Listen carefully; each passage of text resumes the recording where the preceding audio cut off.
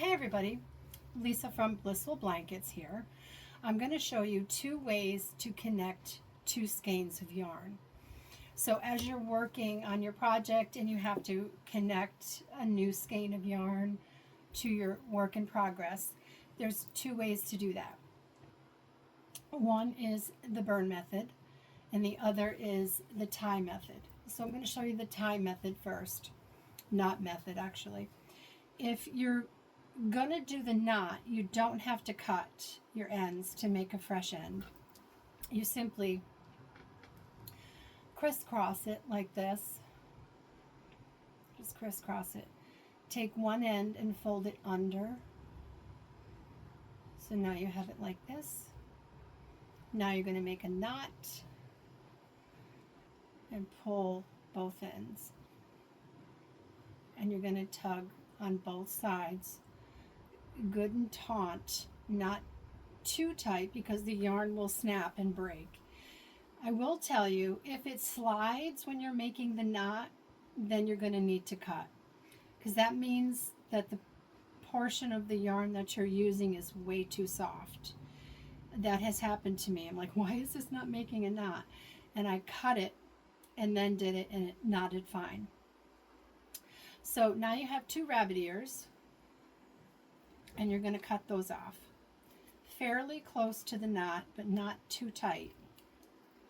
And I always give another tug test because sometimes it does come apart. And then I hold the yarn like this in my hand, just like this. And I take my scissors and I put it flat up against the knot and I just trim because I want it to blend in.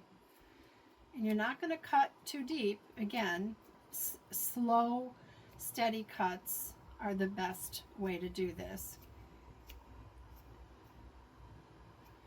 And just make it blend into the yarn that you're trying to connect it to. And always do another tug test.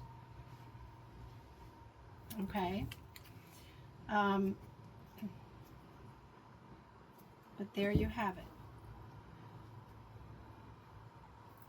It's all trimmed and blended in nice. Each time you get a little closer, make sure you do another tug test. But now you can hardly see where you connected those 2 pieces of yarn. So now I'm going to show you the burn method. So I'm going to cut this knot out.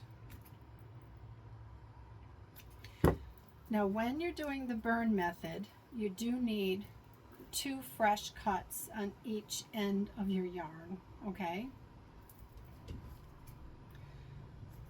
1, okay?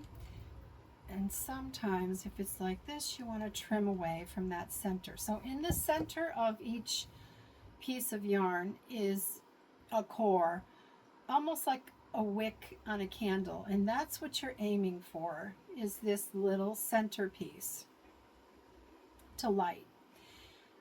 You will get a little feeling of plastic when you do join, no matter how well you try not to light the yarn on fire itself. The more you get the yarn in the flame, the more of that plastic chunk you're going to get. But you want to aim for the center.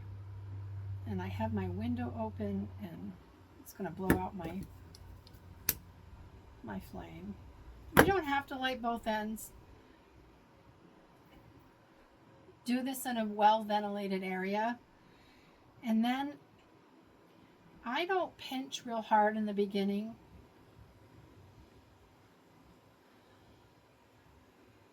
As it cools off, I'll pinch. Okay? And you'll feel that in there. And be careful because it does get hot. And if you're extra lucky, it will drip out on your fingers like hot glue. It will burn. And then once it's cooled, and not until then, do a tug test. And then I just try to blend the yarn in a little bit so you don't see so much of an indentation there. But that's 2 ways on how to connect your yarn together, okay? The burn method and the knot method. Which one do you like better? Bye!